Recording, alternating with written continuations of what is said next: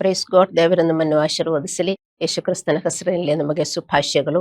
ದೇವರ ನಾಮಕ್ಕೆ ಮಹಿಮೆಯುಂಟಾಗಲಿ. ನಮ್ಮ ಇಂದಿನ ಸಂದೇಶದ ಶೀರ್ಷಿಕೆ ಕ್ರಿಸ್ತನ ವಿಜಯದಲ್ಲಿ ಜೀವಿಸಿ. ಯೇಸು ನಮಗೆ ಶತ್ರುವನ್ನು ಜಯಿಸಿ ನಿಜವಾದ ಸ್ವಾತಂತ್ರ್ಯದಲ್ಲಿ ಬದುಕಲು ಅಧಿಕಾರವನ್ನು ಕೊಟ್ಟಿದ್ದಾನೆ. ಇಂದು ನಾವು ಬಲಿಷ್ಠ ವ್ಯಕ್ತಿಯನ್ನು ನಿಭಾಯಿಸದಿದ್ದಾಗ ವಿಶ್ವಾಸಿಗಳು ಅನಗತ್ಯ ಬಂಧನಗಳನ್ನು ಹೇಗೆ ಅನುಭವಿಸುತ್ತಾರೆ ಎಂಬುದರ ಕುರಿತು ಕಲಿಯೋಣ. ಅನೇಕ ವಿಶ್ವಾಸಿಗಳು ತಮ್ಮ ಹಿಂದೆ ಆಧ್ಯಾತ್ಮಿಕ ಯುದ್ಧವಿದೆ ಎಂದು ಅರಿತುಕೊಳ್ಳದೆ ಪುನರಾವರ್ತಿತ ಆಲೋಚನೆಗಳು, ಅಭ್ಯಾಸಗಳು ಮತ್ತು ಭಯದೊಂದಿಗೆ ಪ್ರತಿದಿನ ಹೋರಾಡುತ್ತಾರೆ. ಯೇಸು ಈ ಯುದ್ಧವನ್ನು ಮತ್ತಾಯ 12:29 ಸ್ಪಷ್ಟವಾಗಿ ವಿವರಿಸುತ್ತಾನೆ.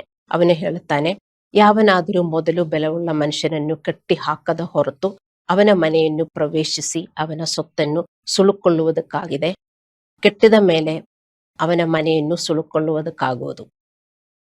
ಇಂದು ನಾವು ಈ ಬಲಿಷ್ಠ ಮನುಷ್ಯ ಯಾರು ಎಂಬುದನ್ನು ಮತ್ತು ಅವನ ಶಕ್ತಿಯಿಂದ ಕ್ರಿಸ್ತನು ನಮ್ಮನ್ನು ಹೇಗೆ ರಕ್ಷಿಸುತ್ತಾನೆ ಎಂಬುದನ್ನು ಅಧ್ಯಯನ ಮಾಡಿಕೊಳ್ಳುತ್ತೇವೆ. ಅನೇಕ ವಿಶ್ವಾಸಿಗಳು ಅದನ್ನು ಅರಿತುಕೊಳ್ಳದೆ ಬಂಧನದಲ್ಲಿ ಬದುಕುತ್ತಾರೆ. ಕೆಲವರು ಪಾಪದಿಂದ, ಭಯ, ಕಹಿ ಇತ್ಯಾದಿಗಳಿಂದ, ಇನ್ನು ಕೆಲವರು ತಪ್ಪು ಆಸೆಗಳು, ಅಭ್ಯಾಸಗಳು ಮತ್ತು ದೇವರ ಚಿತ್ತಕ್ಕೆ ವಿರುದ್ಧವಾದ ಐಕ್ಯಗಳಿಂದ ನಿಯಂತ್ರಿಸಲ್ಪಟ್ಟಿದ್ದಾರೆ. ಮಾನವ ಕುಲವು ಬಂಧನದಲ್ಲಿದೆ. ಬಂಧನ ಎಂದರೆ ಅದರ ಅರ್ಥವೇನು? ಬಂಧನವೆಂದರೆ ನಮ್ಮ ಹೃದಯ ಮತ್ತು ಮನಸ್ಸನ್ನು ಬಂಧಿಸುವ ಯಾವುದೇ ವಸ್ತುವಾಗಿದ್ದು, ಇದರಿಂದ ನಾವು ನಿಜವಾದ ಶಾಂತಿ, ಸಂತೋಷ ಮತ್ತು ತೃಪ್ತಿಯನ್ನು ಅನುಭವಿಸಲು ಸಾಧ್ಯವಲ್ಲ. ಜೀವನವು ಸಾಮಾನ್ಯವಾಗಿ ಕಂಡು ಬಂದರೂ ಸಹ ಜನರು ಪಾಪದಿಂದ ಬಂಧಿಸಲ್ಪಟ್ಟಿದ್ದಾರೆ, ಕತ್ತಲೆಯಿಂದ ನಿಯಂತ್ರಿಸಲ್ಪಟ್ಟಿದ್ದಾರೆ ಮತ್ತು ದೇವರಿಂದ ಬೇರ್ಪಟ್ಟಿದ್ದಾರೆ. ಯೋಹಾನ 8:36 ಯೇಸುದೇವರು ಹೇಳಿದರು, ಮಗನು ನಿಮ್ಮನ್ನು ಬಿಡುಗಡೆ ಮಾಡಿದರೆ ನಿಜವಾಗಿ ನಿಮಗೆ ಬಿಡುಗಡೆ ಆಗುವುದು. ಯೇಸು ಒಬ್ಬ ವ್ಯಕ್ತಿಯನ್ನು ಬಿಡುಗಡೆ ಮಾಡಿದಾಗ ಆ ಸ್ವಾತಂತ್ರ್ಯವು ನಿಜವಾದ ಮತ್ತು ಸಂಪೂರ್ಣವಾಗಿರುತ್ತದೆ, ಅಪೂರ್ಣವಲ್ಲ. ಬಂಧನವು ಆಕಸ್ಮಿಕವಾಗಿ ಅಥವಾ ಹಠಾತ್ತನೆ ಸಂಭವಿಸುವುದಲ್ಲ. ಬಂಧನವು ಪುನರಾವರ್ತಿತ ಐಕ್ಯಗಳು, ಯೋಚನೆಗಳು, ಅವಿಧೇಯತೆಯ ಪರಿಣಾಮವಾಗಿರುತ್ತದೆ. ಇದು ಪಾಪ, ಭಯ, ಅಭ್ಯಾಸಗಳು ಅಥವಾ ಶತ್ರು ಅಧಿಕಾರವನ್ನು ಪಡೆಯಲು ಅನುವು ಮಾಡಿಕೊಳ್ಳುತ್ತದೆ. ನೀವು ಇವತ್ತಿನ ಮೆಸೇಜು ಚೆನ್ನಾಗಿ ಅರ್ಥ ಮಾಡಿಕೊಳ್ಳಬೇಕು. ಆದರೆ ನಾವು ಪದೇ ಪದೇ ಅವಿಧೇಯತೆ ತೋರುವ ಮೂಲಕ ಶತ್ರುಗಳಿಗೆ ನಿಯಂತ್ರಣ ನೀಡುತ್ತದೆ. ಶತ್ರುಗಳು ಪ್ರಭಾವವನ್ನು ಪಡೆಯುವುದು ಆಕಸ್ಮಿಕವಾಗಿ ಅಲ್ಲ. ಯೋಹಾನ 8:34 ಯೇಸುದೇವರು ಹೇಳಿದರು, ಪಾಪ ಮಾಡುವನು ಪಾಪಕ್ಕೆ ಗುಲಾಮನಾಗಿದ್ದಾನೆ. ಅಂದರೆ ಪಾಪದಲ್ಲಿ ಮುಂದುವರಿಯುವ ಯಾರಾದರೂ ಅದರ ಗುಲಾಮರಿಯಾಗುತ್ತಾರೆ ಎಂದು ಯೇಸು ಕಲಿಸುತ್ತಾನೆ. ಅಂದರೆ ಪಾಪವು ಅವನ ಆಲೋಚನೆಗಳು, ಆಸೆಗಳು ಮತ್ತು ಕಾರ್ಯಗಳ ಮೇಲೆ ನಿಯಂತ್ರಣವನ್ನು ಪಡೆಯುತ್ತದೆ. ಮತ್ತು 1 ಯೋಹಾನ 3:8 ಯೇಸುದೇವರು ಹೇಳಿದರು, ಪಾಪ ಮಾಡುವವನು ಸೈತಾನನಿಗೆ ಸಂಬಂಧಪಟ್ಟವನಾಗಿದ್ದಾನೆ. ದೇವಕುಮಾರನು ಸೈತಾನನ ಕೆಲಸಗಳನ್ನು ಲಯ ಮಾಡುವುದಕ್ಕೋಸ್ಕರವೇ ಪ್ರತ್ಯಕ್ಷನಾದನು. ಯೇಸು ಸೈತಾನನ ಶಕ್ತಿಯನ್ನು ಬಹಿರಂಗಪಡಿಸಲು ಬಲಿಷ್ಠ ಮನುಷ್ಯನ ಬಗ್ಗೆ ಇಲ್ಲಿ ಮಾತನಾಡುತ್ತಿಲ್ಲ. ಬದಲಾಗಿ ಮಾನವ ಜೀವನದಲ್ಲಿ ಸಹವಾಸ ಹೇಗೆ ಸಂಭವಿಸುತ್ತದೆ ಎಂಬುದನ್ನು ತೋರಿಸಲು. ನಾವು ಇವತ್ತು ಬಂಧನದಲ್ಲಿ ಇದ್ದರೆ ಅದು ಹೇಗೆ ನಾವು ಬಂಧಿಸಲ್ಪಟ್ಟಿದ್ದೇವೆ ಅದು ನೀವು ಅರ್ಥ ಮಾಡಿಕೊಳ್ಳಬೇಕು ಮತ್ತು ನೀವು ಆ ಬಂಧನದಲ್ಲೇ ಉಳಿಯಬಾರದು, ಅದರಿಂದ ಹೊರಗೆ ಬರಬೇಕು. ಇವತ್ತಿನ ಮೆಸೇಜು ನಿಮ್ಮನ್ನು ಅದಕ್ಕೆ ಸಹಾಯ ಮಾಡುತ್ತದೆ. ಒಬ್ಬ ವಿಶ್ವಾಸಿಯು ಬಂಧನದಲ್ಲಿ ಇದ್ದರೆ ಅವನು ಪಾಪದ ಅಭ್ಯಾಸದಲ್ಲಿ ಮುಂದುವರಿದಾಗ ದೇವರು ಅವನನ್ನು ಪ್ರೀತಿಸಿದರೂ ಸಹ ಆ ಅವಿಧೇಯತೆಯನ್ನು ಆಶೀರ್ವದಿಸಲು ಸಾಧ್ಯವಾಗುವುದಿಲ್ಲ. ವಿಶ್ವಾಸಿಗಳು ಬಂಧನದಲ್ಲಿ ಬದುಕಬಾರದು, ಏಕೆಂದರೆ ಕ್ರಿಸ್ತನು ಅವರನ್ನು ಈಗಾಗಲೇ ಬಿಡುಗಡೆ ಮಾಡಿದ್ದಾರೆ. ಯೇಸು ನಮ್ಮ ವೈಯಕ್ತಿಕ ಜೀವನದಲ್ಲಿ ಯಾಕೆ ಬಂದಿರುವುದು? ಬಿಡುಗಡೆ ಮಾಡುವುದಕ್ಕೆ. ನಮ್ಮನ್ನು ಬಂಧನದಿಂದ ಮುಕ್ತಗೊಳಿಸಲು ಯೇಸುದೇವರು ಬಂದನು. ಸ್ವಾತಂತ್ರ್ಯದ ಬಗ್ಗೆ ಮಾತನಾಡುವ ಮೊದಲು ನಮ್ಮಲ್ಲಿ ಬಂಧನವು ಹೇಗೆ ರೂಪುಗೊಳ್ಳುತ್ತದೆ ಎಂಬುದನ್ನು ನಾವು ಅರ್ಥ ಮಾಡಿಕೊಳ್ಳಬೇಕು. ನಾವು ಬಂಧನದಲ್ಲಿ ಇದ್ದೇವಾ? ದೇವರು ನಮಗೆ ಸ್ವಾತಂತ್ರ್ಯ ಕೊಟ್ಟಿದ್ದಾರೆ, ಆದರೆ ಆ ಸ್ವಾತಂತ್ರ್ಯದಲ್ಲಿ ನಾವು ಜೀವನ ಮಾಡುತ್ತೀವಾ ಅಥವಾ ಇನ್ನೂ ನಾವು ಬಂಧನದಲ್ಲೇ ಜೀವನ ಮಾಡುತ್ತೀವೋ ಎಂದು ನೀವು ಇವತ್ತಿನ ಮೆಸೇಜಿಂದ ಅರ್ಥ ಮಾಡಿಕೊಳ್ಳಬೇಕು. ಸಹವಾಸವು ಒಂದು ಕ್ಷಣದಲ್ಲಿ ಸಂಭವಿಸುವುದಲ್ಲ. ಬಂಧನವು ಒಂದು ಕ್ಷಣದಲ್ಲಿ ಇಲ್ಲಾಂದ್ರೆ 2 ದಿನದಲ್ಲಿ ಸಂಭವಿಸುವುದಲ್ಲ. ಅದು ಹಂತ ಹಂತವಾಗಿ ನಡೆಯುತ್ತದೆ. ಇದು ಸಾಮಾನ್ಯವಾಗಿ ನಿರುಪದ್ರವವೆಂದು ತೋರುವ ಸಣ್ಣ ರಾಜಿಯೊಂದಿಗೆ ಪ್ರಾರಂಭಿಸುತ್ತದೆ ನಂತರ ವಿಶ್ವಾಸಿಗಳ ಪುನರಾವರ್ತಿತ ಅವಿಧೇಯತೆಯು ನಿರಂತರವಾಗಿ ಮನಸ್ಸಾಕ್ಷಿಯನ್ನು ಮಂದಗೊಳಿಸುತ್ತದೆ. ಕಾಲಾಂತರದಲ್ಲಿ ಒಂದು ಕಾಲದಲ್ಲಿ ಅದು ಬಂಧನವಾಗುತ್ತದೆ. ನಾವು ಯೇಸುದೇವರ ಹತ್ರ ಬಂದಿದ್ದೇವೆ. ಎದಕ್ಕೆ ಬಂದಿರುವುದು? ಬರೀ ಚರ್ಚ್ ಬರುವುದಕ್ಕಲ್ಲ ಎಂದು ಪಾಸ್ಟರ್ ಯಾವಾಗಲೂ ಬೋಧಿಸುತ್ತಾರೆ. ನಮಗೆ ಬೈಬಲ್ ಕೊಟ್ಟಿದ್ದಾರೆ ಅಲ್ಲವೇ? ಅದು ನಾವು ಓದಿ ಅದನ್ ಪ್ರಕಾರ ನಾವು ಜೀವಿಸಬೇಕು. ಆದರೆ ಅದನ್ ಪ್ರಕಾರ ನಾವು ಜೀವಿಸಲಿಲ್ಲದಿದ್ದರೆ ನೀವು ಬಂಧನದಲ್ಲಿ ಆಗ್ತೀರಿ. ಪದೇ ಪದೇ ನಕಾರಾತ್ಮಕ ಆಲೋಚನೆಗಳು ಮನನ ಮಾಡಿಕೊಂಡು ನಂಬಿದಾಗ ಅದು ಬಂಧನಕ್ಕೆ ಕಾರಣವಾಗುತ್ತದೆ ಮತ್ತು ನಮ್ಮ ಜೀವನದಲ್ಲಿ ದುಃಖವನ್ನು ಹೆಚ್ಚಿಸುತ್ತದೆ. ಪುನರಾವರ್ತಿತ ಆಲೋಚನೆಗಳು ಮತ್ತು ಕ್ರಿಯೆಗಳು ಅದು ನಕಾರಾತ್ಮಕ ಅಥವಾ ಸಕಾರಾತ್ಮಕವಾಗಿದ್ದರೂ ನಾವು ಅಭ್ಯಾಸ ಮಾಡುವುದನ್ನು ಬಲಪಡಿಸುತ್ತವೆ ಮತ್ತು ಪಾಪ ಮತ್ತು ಸೋಲಿನ ಮೂಲಕ ಸೇಟನನ ಮೇಲೆ ಪ್ರಭಾವ ಬೀರುತ್ತವೆ, ಅಥವಾ ವಿಧೇಯತೆ ಮತ್ತು ವಿಜಯದ ಮೂಲಕ ದೇವರ ಮೇಲೆ ಪ್ರಭಾವ ಬೀರುತ್ತದೆ. ನಾವೇನು ಪದೇ ಪದೇ ಮಾಡುತ್ತೇವೆಯೋ, ನಾವೇನು ಪದೇ ಪದೇ ಯೋಚಿಸುತ್ತೇವೆಯೋ ಅದಕ್ಕೆ ನಾವು ಬೆಲೆ ಕೊಡುತ್ತೇವೆ. ನೀವು ನಕಾರಾತ್ಮಕವಾಗಿ ಪಾಪಪೂರ್ಣವಾಗಿ ನೀವು ಯೋಚಿಸುತ್ತಾ ಇದ್ದರೆ ಆ ನಕಾರಾತ್ಮಕತೆ ಅಲ್ಲ ಅಂದ್ರೆ ಆ ಪಾಪಪೂರ್ಣ ಯೋಚನೆಗಳು ನಿಮ್ಮಲ್ಲಿ ತುಂಬಾ ಗಟ್ಟಿಯಾಗುತ್ತದೆ, ತುಂಬಾ ಸ್ಟ್ರಾಂಗ್ ಆಗುತ್ತದೆ. ಅದೇ ತರ ನಾವು ವಿಧೇಯತೆ ಮಾಡಿದ್ರು, ಅಲ್ಲಾಂದ್ರೆ ದೇವರ ವಾಕ್ಯಗಳು ನಾವು ಮೆಡಿಟೇಟ್ ಮಾಡಿದ್ರು ಅದು ನಮ್ಮಲ್ಲಿ ಶಕ್ತಿಗೊಳಿಸುತ್ತದೆ. ನಾವು ದೇವರ ವಾಕ್ಯಗಳು ಮೆಡಿಟೇಟ್ ಮಾಡುವುದಿಲ್ಲ ಅಲ್ಲವೇ? ನಾವು ಮೆಡಿಟೇಟ್ ಮಾಡುವುದೆಲ್ಲ ಏನು? ಕೆಟ್ಟದು, ಪಾಪಗಳು, ಅಲ್ಲಾಂದ್ರೆ ನಕಾರಾತ್ಮಕತೆ. ಅದಕ್ಕೆ ನಮ್ಮಲ್ಲಿ ಅದು ಶಕ್ತಿಗೊಳ್ಳುತ್ತದೆ. ನೀವು ಅರ್ಥ ಮಾಡಿಕೊಳ್ಳಬೇಕು.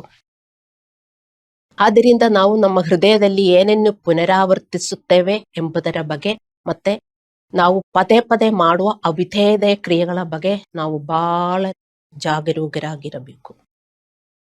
ನಮ್ಮ ಪ್ರತಿಫಲ, ನಮ್ಮ ಆಶೀರ್ವಾದ ಬರುವುದು ಅದರಿಂದ. ನೀವು ಏನು ಪದೇ ಪದೇ ಮಾಡುತ್ತೀರೋ, ನೀವು ಏನು ಪದೇ ಪದೇ ಯೋಚಿಸುತ್ತೀರೋ ಅದರಿಂದ ನಮಗೂ ಒಳ್ಳೆಯದು ಕೆಟ್ಟದು ಆಗುತ್ತದೆ. ಎಫೆಸದವರಿಗೆ 4:26-27 ಬರೆದಿದೆ, ಕೋಪ ಮಾಡಬೇಕಾದರೂ ಪಾಪ ಮಾಡಬೇಡ್ರಿ. ಸೂರ್ಯನು ಮುಳುವುದಕ್ಕಿಂತ ಮುಂಚೆ ನಿಮ್ಮ ಸಿಟ್ಟು ತೀರಲಿ. ಸೇಟನಿಗೆ ಅವಕಾಶ ಕೊಡಬೇಡ್ರಿ. ಹೌದು, ಕೋಪ ಬರಬಹುದು, ಆದರೆ ಆ ಕೋಪದಲ್ಲಿ ನಾವು ಉಳಿಯಬಾರದು. ಅಲ್ಲಾಂದ್ರೆ ಏನೇ ಆದರೂ ತಕ್ಷಣ ಆ ರಿಯಾಕ್ಷನ್ ಬರಬಹುದು. ನಾವೆಲ್ಲರೂ ಮನುಷ್ಯರು. ಆ ರಿಯಾಕ್ಷನ್ ಬಂದರೂ ಅದನ್ನಲ್ಲಿ ನಾವು ಉಳಿಯಬಾರದು. ತಕ್ಷಣ ಏನಾದರೂ ನಕಾರಾತ್ಮಕ ಆಲೋಚನೆಗಳು ಬರ್ತದೆ, ಕೆಟ್ಟ ಆಲೋಚನೆಗಳು ಬರ್ತದೆ, ಆದರೆ ನಾವು ಆ ಕೆಟ್ಟ ಆಲೋಚನೆಗಳಲ್ಲಿ ಇರಬಾರದು. ಬರೆದಿಡ್ರಿ ಮತ್ತು ಅಭ್ಯಾಸ ಮಾಡ್ರಿ. ಪಾಪ ಮತ್ತು ಅವಿಧೇಯತೆ ನಮ್ಮ ಜೀವನದಲ್ಲಿ ಶತ್ರುಗಳಿಗೆ ನೆಲೆ ನೀಡಲು ಬಿಡಬೇಡಿ ಎಂಬ ಕರೆ ಇದು. ನಮ್ಮ ಜೀವನದಲ್ಲಿ ಶತ್ರುಗಳಿಗೆ ಕಾರ್ಯನಿರ್ವಹಿಸಲು ನಾವು ತಲವಿಲ್ಲದಂತೆ ನಾವು ವಿಧೇಯತೆಯಿಂದ ಬದುಕಬೇಕು. ಸ್ವಲ್ಪ ದಾರಿ ಸಾಕು ಶತ್ರುಗೆ ನಮ್ಮ ಜೀವನದಲ್ಲಿ ಬರುವುದಕ್ಕೆ. ಅದು ಪದೇ ಪದೇ ಪದೇ ಪದೇ ಒಂದು ಸಾರಿ ನೀವು ಮಾಡಿ ದೇವರೇ ಅಯ್ಯೋ ನಾನು ಹಿಂಗ ಮಾಡಿದೆ ಕ್ಷಮಿಸಿ ಅಂತ ಹೇಳಿದ್ರೆ ಅವನಿಗೆ ಮುಟ್ಟಕ್ಕಾಗಲ್ಲ. ಆದರೆ ಮತ್ತೂ ಮಾಡಿ ಆ ಸಿಟ್ಟು ಬಂದ್ರೆ ತೀರಲ್ಲ. ಮತ್ತು ಫೈಟ್ ಮಾಡಿ ಜಗಳ ಮಾಡಿ ಏನೇನು ಮಾಡ್ತೇವೆ ನಾವು. ಏನಾಗುತ್ತದೆ? ನೀವು ಬಂಧನದಲ್ಲಿ ಇರ್ತೀರಿ. ನಾವು ಜಾಗರೂಕರಾಗಿರಬೇಕು. ಪದೇ ಪದೇ ನಕಾರಾತ್ಮಕ ಮತ್ತು ಪಾಪಪೂರ್ಣ ಆಲೋಚನೆಗಳನ್ನು ಪೋಷಿಸಿದಾಗ ಮತ್ತು ನಂಬಿದಾಗ ಮತ್ತು ಪದೇ ಪದೇ ಅವಿಧೇಯತೆ ಮಾಡಿದಾಗ ಅದು ಬಂಧನಕ್ಕೆ ಕಾರಣವಾಗುತ್ತದೆ. ಬಂಧನ ಎಂದರೆ ತಪ್ಪು ಶಕ್ತಿ ಪಡೆಯುತ್ತದೆ ಮತ್ತು ಅದನ್ನು ಮಾಡುವುದನ್ನು ಸುಲಭ ಆಗುತ್ತದೆ. ಅದೇ ತಪ್ಪು, ಅದೇ ಯೋಚನೆ ಮಾಡುವುದಕ್ಕೆ ನಮ್ಗೆ ಏನು ಕಷ್ಟ ಇಲ್ಲ. ನೋಡಿ, ದೇವರ ಯೋಜನೆ ಬರ್ತಾ ಇದೆಯಾ? ಇಲ್ಲ, ಅದು ಬರುವುದಿಲ್ಲ. ಯಾಕೆ? ಅದು ನಾವು ಪದೇ ಪದೇ ಯೋಚಿಸುತ್ತಾ ಇಲ್ಲ. ದೇವರ ವಾಕ್ಯಗಳು ನಾವು ಪದೇ ಪದೇ ನಾವು ಮೆಡಿಟೇಟ್ ಮಾಡುತ್ತಾ ಇಲ್ಲ. ನಾವು ಮೆಡಿಟೇಟ್ ಮಾಡುವುದೆಲ್ಲ ಕೆಟ್ಟದು, ನಕಾರಾತ್ಮಕವಾದದ್ದು. ಅದು ಮತ್ತು ಜಾಸ್ತಿಯಾಗಿ ಬಂದು ನಮಗೆ ನೈಟ್ ಸ್ಲೀಪೇ ಬರುವುದಿಲ್ಲ ಅಲ್ಲವೇ? ಇದೇ ನಮಗೆ ಆಗುವುದು. ಬಂಧನವು ರೂಪಿಸುವಲ್ಲಿ ನಮ್ಮ ಮನಸ್ಸು ಪ್ರಮುಖ ಪಾತ್ರ ವಹಿಸುತ್ತದೆ ಎಂದು ನೀವು ಅರ್ಥ ಮಾಡಿಕೊಳ್ಳಬೇಕು. ಎಲ್ಲಿ ಬಂಧನ ಆಗುವುದು? ಮನಸ್ಸಿನಲ್ಲಿ. ಮನಸ್ಸಿನಿಂದ ನಮ್ಮ ಜೀವನಕ್ಕೆ ಬಂಧನವಾಗುತ್ತದೆ. ಅದಕ್ಕಾಗಿಯೇ ನಮ್ಮ ಮನಸ್ಸನ್ನು ನವೀಕರಿಸುವ ಮೂಲಕ ನಾವು ರೂಪುಗೊಳ್ಳಬೇಕೆಂದು ಕೇಳಿಕೊಳ್ಳುತ್ತದೆ ರೋಮಪುರದವರಿಗೆ 12:2. ಏಕೆಂದರೆ ನವೀಕರಿಸದ ಮನಸ್ಸು ಒಬ್ಬ ವಿಶ್ವಾಸಿಯನ್ನು ಬಂಧಿಸುತ್ತದೆ ನೀವು ಬೈಬಲ್ ಚೆನ್ನಾಗಿ ಓದಿ ಅದಿನ ಪ್ರಕಾರ ಯೋಚಿಸಲಿಲ್ಲದಿದ್ದರೆ ನಮಗೆ ತುಂಬಾ ಕಷ್ಟ ಆಗುತ್ತೆ ದೇವರ ಮಕ್ಕಳೇ. ನೀವು ಬೈಬಲ್ ಓದುವುದಕ್ಕೆ ಟೈಮ್ ಇಲ್ಲ ಅಂತ ನೀವು ಹೇಳಬಾರದು. ಬರೀ ಪ್ರೇಯರ್ ಮಾಡಿ ಬಿಡಬಾರದು. ಬರೀ ಪ್ರೇಯರ್ ಮಾಡಿ ಬಿಟ್ರೆ ನಮ್ಗೆ ಬೈಬಲಲ್ಲಿ ಏನು ಹೇಳುತ್ತದೆ ಅಂತ ನಮ್ಗೆ ಅರ್ಥವಾಗುತ್ತದ? ಇಲ್ಲ. ನಾವು ಬೈಬಲಲ್ಲಿ ಏನು ಹೇಳಿದೆ ಅದಿನ ಪ್ರಕಾರ ಜೀವನ ಮಾಡಬೇಕಾಗಿರುವವರು. ಬರೀ ಪ್ರೇಯರ್ ಮಾಡಿಕೊಂಡು ಹೋಗಿದರೆ ಅದಕ್ಕೆ ವಿಶ್ವಾಸಿಗಳು ಕಷ್ಟದಲ್ಲೇ ಜೀವನ ಮಾಡುತ್ತಾ ಇರೋದು. ಯಾಕೆಂದ್ರೆ ಅವರಿಗೆ ಪ್ರಾರ್ಥನೆ ಇದೆ, ಆದರೆ ವಚನಗಳು ಇಲ್ಲ. ಅವರು ಬಂಧನದಲ್ಲಿ ಇದ್ದಾರೆ. ನವೀಕರಿಸದ ಮನಸ್ಸು ಒಬ್ಬ ವಿಶ್ವಾಸಿಯನ್ನು ಬಂಧಿಸುತ್ತದೆ, ಆದರೆ ಬಾಹ್ಯ ಜೀವನವು ಸಾಮಾನ್ಯವಾಗಿ ಕಾಣುತ್ತದೆ. ಅದು ಅಂತಿಮವಾಗಿ ಅವರು ಪರಿಹರಿಸಲಾಗದ ಅನೇಕ ಆಂತರಿಕ ಸಮಸ್ಯೆಗಳ ಮೂಲಕ ಅವರು ಹೋರಾಡುತ್ತಾರೆ. ಅಂತಿಮವಾಗಿ ಅವರ ಶಾಂತಿಯ ಮೇಲೆ ಪರಿಣಾಮ ಬೀರುತ್ತದೆ. ಇಂದು ಅನೇಕ ವಿಶ್ವಾಸಿಗಳು ಬಂಧನದಲ್ಲಿ ಇದ್ದಾರೆ. ಕ್ರಿಸ್ತನು ಅವರನ್ನು ಮುಕ್ತಗೊಳಿಸದ ಕಾರಣ ಅಲ್ಲ, ಆದರೆ ಅವರ ಜೀವನದ ಕೆಲವು ಕ್ಷೇತ್ರಗಳನ್ನು ದೇವರ ಸತ್ಯಕ್ಕೆ ಶರಣಾಗುವುದಿಲ್ಲವಾದ್ದರಿಂದ. ಯಾಕೆ ವಿಶ್ವಾಸಿಗಳು ಇನ್ನೂ ಬಂಧನದಲ್ಲಿ ಇದ್ದಾರೆ? ಅವರು ದೇವರು ಹೇಳಿರುವುದೆಲ್ಲ ಪಾಲಿಸುವುದಕ್ಕೆ ರೆಡಿಯಲ್ಲ. ಅವರಿಗಿಷ್ಟವಾಗಿರುವುದು ಎಲ್ಲ ಈಸಿಯಾಗಿರುವುದು ಪಾಲಿಸುತ್ತಾರೆ, ಪಾಲಿಸಬಹುದು, ಆದರೆ ಎಲ್ಲವೂ ಪಾಲಿಸಕ್ಕೆ ಅವರು ರೆಡಿ ಇಲ್ಲ. ಅದಕ್ಕೆ ಅಂಧ ವಿಶ್ವಾಸಿಗಳು ಬಂಧನದಲ್ಲೇ ಇರ್ತಾರೆ. ಪ್ರಾರ್ಥನೆಗಳ ಕೊರತೆಯು ವಿಶ್ವಾಸಿಗಳನ್ನು ಬಂಧಿಸುತ್ತದೆ. ನಮಗೆ ತುಂಬಾ ಪ್ರಾರ್ಥನೆಗಳು ಬೇಕು.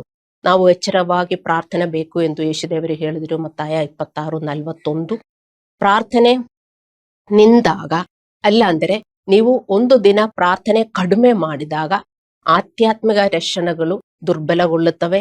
ಪುನರಾವರ್ತಿತ ಪ್ರಲೋಭನೆಗಳು ಮತ್ತು ಆಲೋಚನೆಗಳನ್ನು, ಬಂಧನಗಳನ್ನು ರೂಪಿಸಲು ಅವಕಾಶ ಕೊಡುತ್ತದೆ. ಪ್ರಾರ್ಥನೆ ಇಲ್ಲದಿದ್ದರೆ ಎಷ್ಟೊಂದು ನಮಗೆ ಆ ಆತ್ಮೀಯ ಮಂಡಲದಲ್ಲಿ ಆಗುತ್ತದೆ ಅಂತ ನಿಮಗೆ ಏನು ತಿಳುವಳಿಕೆ ಇಲ್ಲ. ಅದಕ್ಕೆ ವಿಶ್ವಾಸಿಗಳು ಅಷ್ಟೊಂದು ಪ್ರಾರ್ಥಿಸೋದಿಲ್ಲ. ಬೈಬಲಲ್ಲಿ ನೋಡಿದರೆ ಏನು ಬರೆದಿದೆ? ಯಾವಾಗಲೂ ಪ್ರಾರ್ಥಿಸಿ, ಅಲ್ಲವೇ? ಇಡಬಿಡದೆ ಪ್ರಾರ್ಥಿಸಿ, ನೆವರ್ ಗಿವ್ ಅಪ್. ಆದರೆ ನಾವು ಹಂಗೆ ಪ್ರಾರ್ಥಿಸೋದು ಒಂದು 5-10 ನಿಮಿಷ, ಅಲ್ಲ ಅಂದ್ರೆ ನಿಮ್ಮ ಪ್ರೇಯರ್ ಟೈಮಲ್ಲಿ ನೀವು ಪ್ರೇಯರ್ ಮಾಡಿದ ಮೇಲೆ ಆಮೇಲೆ ನೀವು ಪ್ರಾರ್ಥಿಸುತ್ತೀರಾ? ಹಾಗೇ ನೀವು ಜೀವನ ಮಾಡಬಾರದು. ನಮ್ಮ ಹೃದಯದಲ್ಲಿ ಶಾಂತಿ ಇಲ್ಲದಿದ್ದರೆ ಪ್ರಾರ್ಥಿಸಬೇಕು. ನೀವೇನೇ ಮಾಡಕ್ಕೆ ಹೋಗಿದ್ರು ನೀವು ಪ್ರಾರ್ಥಿಸಬೇಕು. ಎಲ್ಲದಕ್ಕೂ ದೇವರ ಸಹಾಯ ನೀವು ಕೇಳ್ಕೊಳ್ಳಬೇಕು. ದೇವರನ್ನು ಯಾವಾಗಲೂ ನಾವು ಸಂಪರ್ಕಿಸಬೇಕು. ನಮ್ಮ ಮನಸ್ಸು ಹಾಗೇನ? ನಮ್ಮ ಮನಸ್ಸು ಆ ಪ್ರಾರ್ಥಿಸುವ ಸಮಯದಲ್ಲಿ ಮಾತ್ರ ನಾವು ಪ್ರಾರ್ಥಿಸುತ್ತೇವೆ. ಮತ್ತೆಲ್ಲ ನಮ್ಮ ಪ್ರಾಬ್ಲಮ್ ಬಗ್ಗೆ ನಾವು ಯೋಚನೆ ಮಾಡುತ್ತಾ ಹೋಗ್ತೇವೆ. ಏನಾಗುತ್ತದೆ? ನಾವು ಪಿಶಾಚಿಗೆ ದಾರಿ ಕೊಡುತ್ತೇವೆ. ಇದೆಲ್ಲ ಆತ್ಮೀಯ ಮಂಡಲದಲ್ಲಿ ನಡೆಯುವುದು. ದೇವರ ಮಕ್ಕಳೇ, ಅರ್ಥ ಮಾಡಿಕೊಳ್ಳಿ. ಹಲ್ಲೆಲೂಯ. ಅನೇಕ ವಿಶ್ವಾಸಿಗಳು ಮನನೊಂದಿದ್ದಾರೆ. ಭಯ, ಚಿಂತೆಗಳು, ಹಿಂದಿನ ನೋವು, ಕ್ಷಮಿಸದಿರುವುದು, ಸ್ವಕರುಣೆ, ಕೋಪ ಇತ್ಯಾದಿಗಳಿಂದ ಬಂಧಿತರಾಗಿದ್ದಾರೆ. ನೀವೇನು ಪದೇ ಪದೇ ಯೋಚಿಸುತ್ತಾ ಇರ್ತೀರೋ ನೀವು ಅರ್ಥ ಮಾಡಿಕೊಳ್ಳಬೇಕು, ನೀವು ಆದಿಯಿಂದ ಬಂಧಿತರಾಗಿದ್ದೀರಿ. ಮತ್ತು ವಿಳಂಬ ಪ್ರವೃತ್ತಿ ಅಂದ್ರೆ ಪ್ರೊಕ್ರಾಸ್ಟಿನೇಷನ್ ಮತ್ತು ಅವಿಧೇಯತೆ ಬಂಧನೆಯನ್ನು ಮತ್ತಷ್ಟು ಬಲಪಡಿಸುತ್ತದೆ. ನಾವು ಸೈತಾನನಿಗೆ ಅವಕಾಶ ನೀಡುತ್ತೇವೆ. ಎಫೆಸದವರಿಗೆ 4:27. ಅನೇಕ ವಿಶ್ವಾಸಿಗಳು ತಮ್ಮ ಆಧ್ಯಾತ್ಮಿಕ ದಿನಚರಿ ಮುಂದುವರಿಯುವವರೆಗೆ ಅವರು ಕ್ರಿಸ್ತನಲ್ಲಿ ಸ್ವತಂತ್ರರು ಎಂದು ಭಾವಿಸುತ್ತಾರೆ, ಆದರೆ ಅವರಿನ್ನೂ ಬಂಧನದಲ್ಲೇ ಇದ್ದಾರೆ. ಎಲ್ಲ ದಿನಚರಿ ಅವರು ಮಾಡುತ್ತಾರೆ, ಪ್ರಾರ್ಥಿಸುತ್ತಾರೆ, ಬೈಬಲ್ ಓದುತ್ತಾರೆ, ಚರ್ಚ್ ಹೋಗುತ್ತಾರೆ. ಅವರೇನು ತಿಳ್ಕೊಳ್ಳುತ್ತಾರೆ? ಅವರು ಬಂಧನದಲ್ಲಿ ಅಲ್ಲ ಅಂತ. ನೀವು ಬಂಧನದಲ್ಲಿ ಇದೆ ಅಂತ ನಿಮಗೆ ಹೆಂಗೆ ಗೊತ್ತು? ನಿಮಗೆ ಶಾಂತಿ ಇಲ್ಲ. ನಿಮ್ಮ ಹೃದಯದಲ್ಲಿ ನೀವು ನೋಡಬೇಕು. ನಿಮ್ಮಲ್ಲಿ ಚಿಂತೆ ಇರ್ತದೆ, ಭಯ ಇರ್ತದೆ, ತೃಪ್ತಿ ಇರುವುದಿಲ್ಲ, ಗೊಣಗಾಟ ಇರ್ತದೆ. ಇದೆಲ್ಲ ಇದ್ದರೆ ಮತ್ತು ಪ್ರಾರ್ಥನೆ ಇದ್ರು, ಎಲ್ಲ ಇದ್ರು ನೀವು ಬಂಧಿತರಾಗಿರುತ್ತೀರಿ. ಏನಾಗುತ್ತದೆ? ನಾವು ಬಂಧಿತರಾಗಿದ್ದರೆ ದೇವರ ಸಹಾಯ ನಮಗೆ ಸೀಮಿತವಾಗುತ್ತದೆ.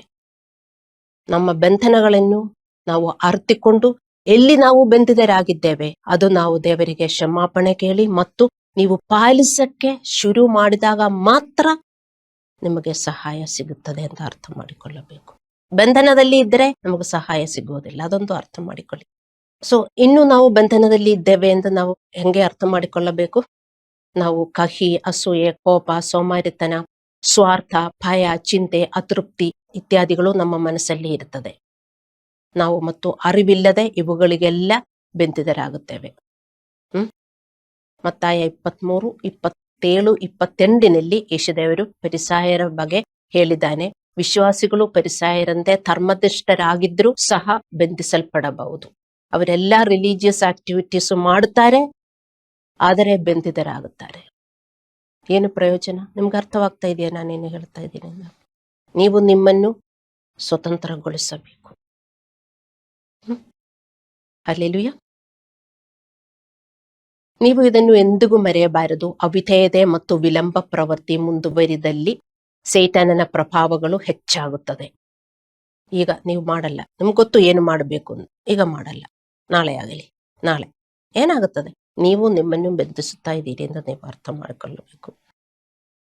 ನಾವು ಹಿಂದೆ ಅವಿಧೇಯರಾದ ಕ್ಷೇತ್ರದಲ್ಲಿಯೇ ವಿಧೇಯರಾಗಲು ಪ್ರಯತ್ನಿಸಿದಾಗ ಮಾತ್ರ ನಾವು ಬಂಧನವನ್ನು ಮುರಿಯುತ್ತೇವೆ.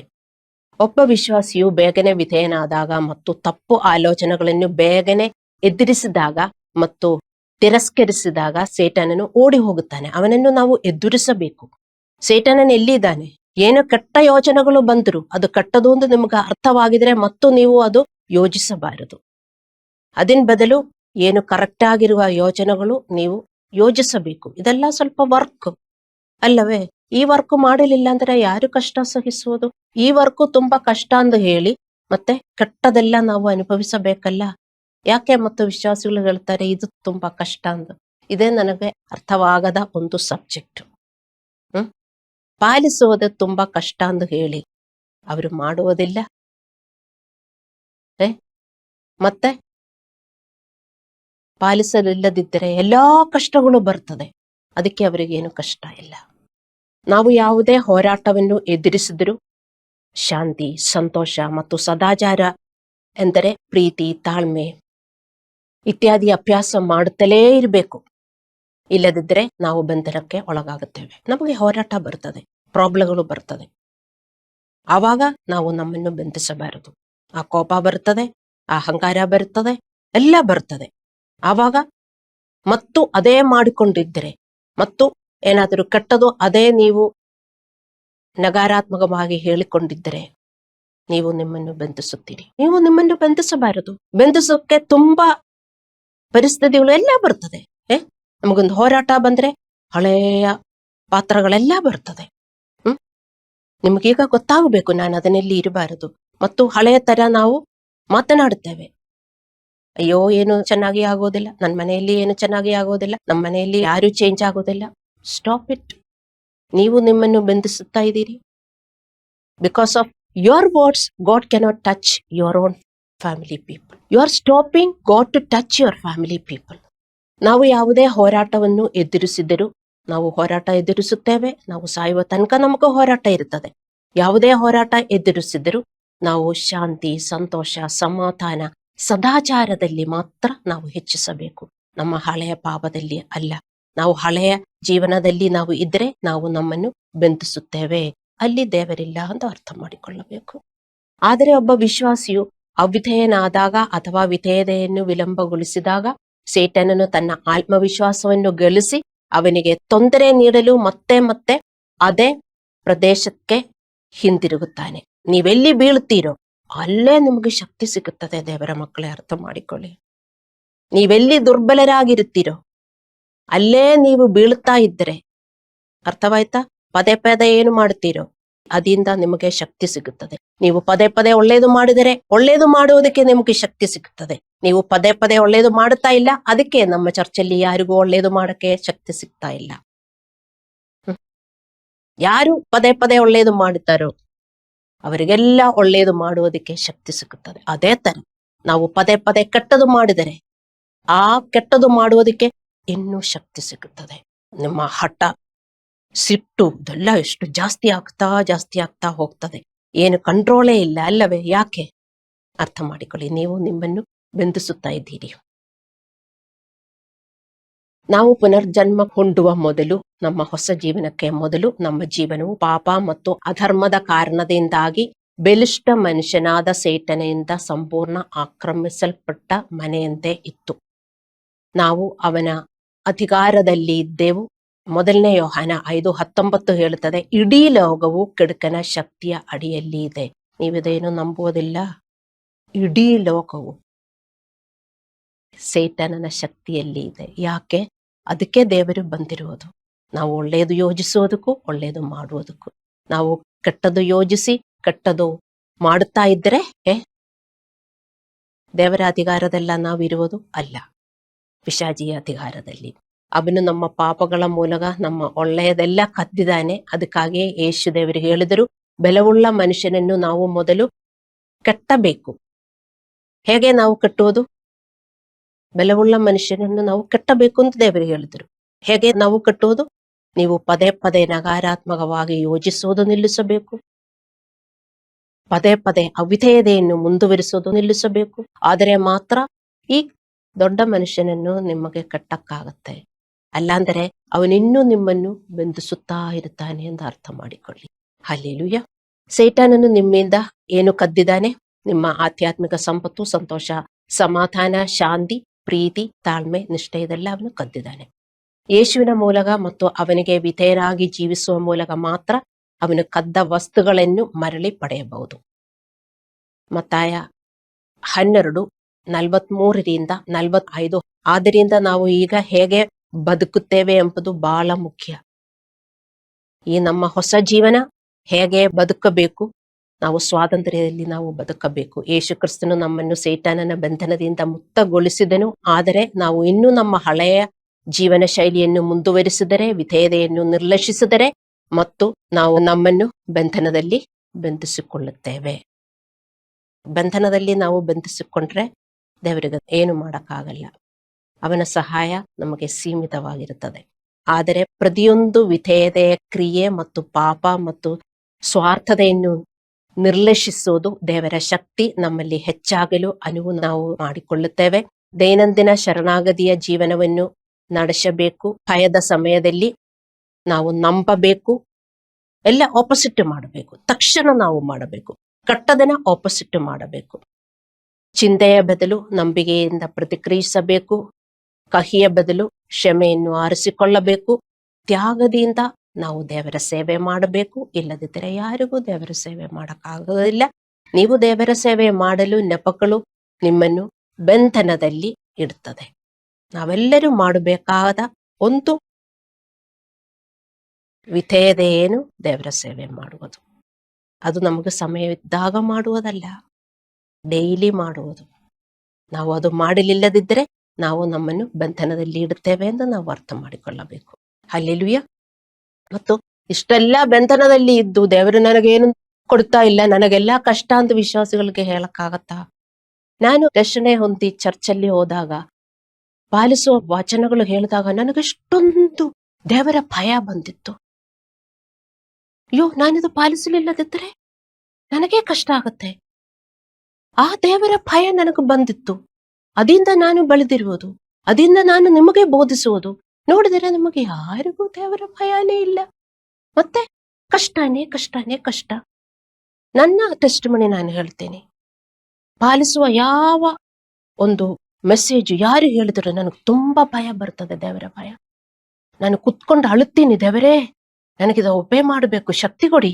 ಕ್ರಿಸ್ತನ ವಿಜಯವು ನಮ್ಮ ದೈನಂದಿನ ಜೀವನದಲ್ಲಿ, ಕ್ರಿಸ್ತನ ವಿಜಯವು, we are free in Christ. ಇದರಿಂದ, ಈ ಬಂಧನದಿಂದ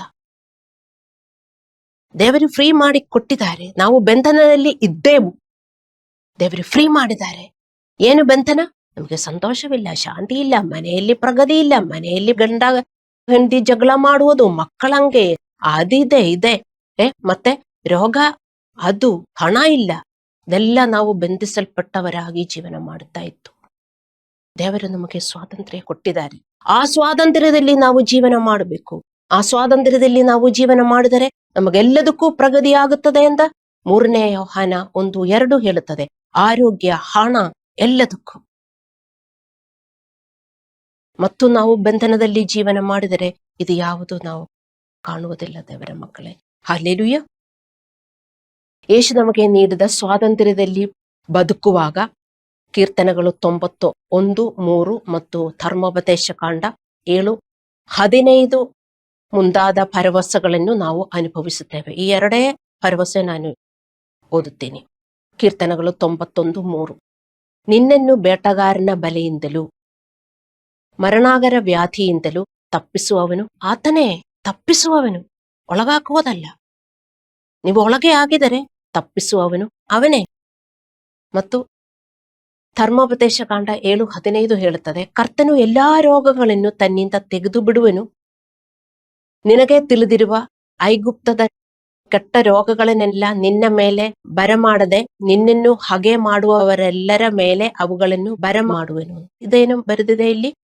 ಕರ್ತನು ಎಲ್ಲಾ ರೋಗಗಳನ್ನು ನಿನ್ನಿಂದ ತೆಗೆದು ಬಿಡುವನು. ರೋಗದಲ್ಲೇ ನೀವು ವಾಸಿಸುತ್ತೀರಿ ಇಂದ ಬರೆದಿರುವುದು. ರೋಗ ಬಂದ್ರೆ ಬರೀ ರಿಪೆಂಟ್ ಮಾಡುವುದಲ್ಲ, ನೀವೆಲ್ಲಿ ಬಿದ್ದಿದ್ದೀರೋ ಅದು ಮಾಡಕ್ಕೆ ಶುರು ಮಾಡಬೇಕು. ಶುರು ಮಾಡಿದಾಗ ದೇವರ ಕೈ ನಾವು ನೋಡುತ್ತೇವೆ. ನೀವು ಶುರು ಮಾಡುತ್ತಾ ಇಲ್ಲ, ನೀವು ರಿಪೆಂಟ್ ಮಾಡಿ ಅಲ್ಲೇ ಬಿಟ್ಟು ಮತ್ತು ಅದೇ ನೀವು ಮುಂದುವರಿಸುತ್ತಾ ಇದ್ದೀರಿ. ಹಲ್ಲೆಲೂಯಾ. ಈ ವಾಕ್ಯಗಳೆಲ್ಲ ನಾವು ನಮ್ಮ ಜೀವನದಲ್ಲಿ ಆನಂದಿಸಬೇಕು. ಇದು ಬರೀ ಸುಳ್ಳು ಬರೆದಿರುವುದಲ್ಲ. ಸುಳ್ಳು ಬರೆದಿರುವುದ ಇದು? ಯಾರಿಗೂ ಬರೆದಿರುವುದು? ನಮಗಲ್ವಾ? ನಾವಿದೆಲ್ಲ ಆನಂದಿಸಬೇಕು ನಮ್ಮ ಜೀವನದಲ್ಲಿ. ಆದರೆ ನಾವು ನಮ್ಮನ್ನು ಬಂಧನದಲ್ಲಿ ಕಟ್ಟಿ ಸೆರೆಮನೆಯಲ್ಲಿ ನಾವೇ ಲೋಕ ಮಾಡಿ ಇಟ್ಟಿದ್ದರೆ ದೇವರ ಮಕ್ಕಳೇ, ನಮಗಿದೇನು ಸಿಕ್ಕುವುದಿಲ್ಲ ಅಂತ ನೀವು ಅರ್ಥ ಮಾಡಿಕೊಳ್ಳಬೇಕು. ಈ ಸೆರೆಮನೆಯಿಂದ ಒಳಗ ಬರುವುದಕ್ಕೆ ನಮಗೆ ಹಾರ್ಡ್ ವರ್ಕ್ ಬೇಕು. ನೀವು ಹಾರ್ಡ್ ವರ್ಕ್ ಮಾಡಕ್ಕಾಗಲಿಲ್ಲ ಅಂದರೆ ನೀವೇನು ಹೇಳಬಾರದು. ಏನು ಶಾರ್ಟ್ ಕಟ್ಟು ಇಲ್ಲ, ಏನು ಈಸಿ ಮೆಥಡು ಇಲ್ಲ ದೇವರಲ್ಲಿ. ಹಲ್ಲೆಲೂಯಾ. ಮತ್ತಾಯ 12:29 ಯೇಸು ನಮಗೆ ಕಳಿಸಿದ ಸತ್ಯವು, ದೇವರ ಸತ್ಯದಲ್ಲಿ ಗಂಭೀರವಾಗಿ ಬದುಕಲು ನಮಗೆ ಸವಾಲು ಹಾಕುತ್ತಿದೆ. ನಾವು ಅನೇಕರ ಕಷ್ಟಗಳನ್ನು ಎದುರಿಸುತ್ತಿದ್ದರೂ ದೇವರಿಗೆ ವಿಧೇಯರಾಗಿ ಬದುಕಲು ನಾವು ಜಾಗರೂಕರಾಗಿರಬೇಕು. ಎಲ್ಲಿ ನಾವು ಬೀಳುತ್ತೇವೆ, ಬೀಳಬಾರದು, ಅರ್ಥ ಮಾಡಿಕೊಳ್ಳಿ. ಇಲ್ಲದಿದ್ದರೆ ನಾವು ಜೀವನ ಪೂರ್ತಿ ಎಲ್ಲಿ ಇರ್ತೇವೆ? ಬಂಧನದಲ್ಲಿ. ಮತ್ತೆ ಬಂಧನದಲ್ಲಿ ಇದ್ದರೆ ನಮಗೂ ದುಃಖ ಮಾತ್ರ ಇರ್ತದೆ ಅಂತ ಅರ್ಥ ಮಾಡಿಕೊಳ್ಳಿ. ನಾವು ದೇವರು ಕೊಟ್ಟಿರುವ ಆ ಸ್ವಾತಂತ್ರ್ಯದಲ್ಲಿ ಇದ್ದರೆ ನಮಗೂ ಸಂತೋಷ, ಸಮಾಧಾನ, ತೃಪ್ತಿ. ಆದ್ರೆ ಎಲ್ಲ ಚೆನ್ನಾಗಿ ನಡೀತಾ ಇರುವುದರಿಂದಲ್ಲ, ನಮಗೂ ಕಟ್ಟದು ಬರ್ತದೆ. ನಮಗೂ ಗೊತ್ತು ಅದರಿಂದ ಹೊರಗೆ ಹೇಗೆ ಬರುವುದಂದು. ಅಲ್ಲಿ ನಾವು ಸೆರೆಮನೆ ಕಟ್ಟುವುದಿಲ್ಲ. ವಿಶ್ವಾಸಿಗಳು ಎಲ್ಲಿ ಕಟ್ಟದು ಬಂದಿದೆ ಅಲ್ಲೇ ಒಂದು ಸೆರೆಮನೆ ಕಟ್ಟಿ, ಮತ್ತು ಆಗಲೇ ತುಂಬಾ ಸೆರೆಮನೆ ಇದೆ. ಮತ್ತು ಏನಾದ್ರೂ ಹೊಸದು ಬಂದರೆ ಇನ್ನೊಂದು ಹೊಸ ಸೆರೆಮನೆ. ನಮ್ಮ ಮನೆಯಲ್ಲಿ ಬಂದ್ರೆ ಬರೀ ಸೆರೆಮನೆಗಳೇ. ಹೊಸ ಸೆರೆಮನೆಯಲ್ಲಿ ಇರ್ತೀರಿ ನೀವು. ಇರಬಾರದು. ಬರೀ ರಿಪೆಂಟ್ ಮಾಡುವುದಲ್ಲ, ನೀವೆಲ್ಲಿ ಬಿದ್ದಿದ್ದೀರೋ ಅದನ್ನು ಒಬೆ ಮಾಡಕ್ಕೆ ಶುರು ಮಾಡಬೇಕು. ಇಲ್ಲದಿದ್ದರೆ ನಾವು ಜೀವನ ಪೂರ್ತಿ ಬಂಧನದಲ್ಲಿ ಬದುಕಬೇಕಾಗುತ್ತದೆ. ಕಣ್ಣುಗಳನ್ನು ಮುಚ್ಚಿ ಪ್ರಾರ್ಥನೆ ಮಾಡೋಣ.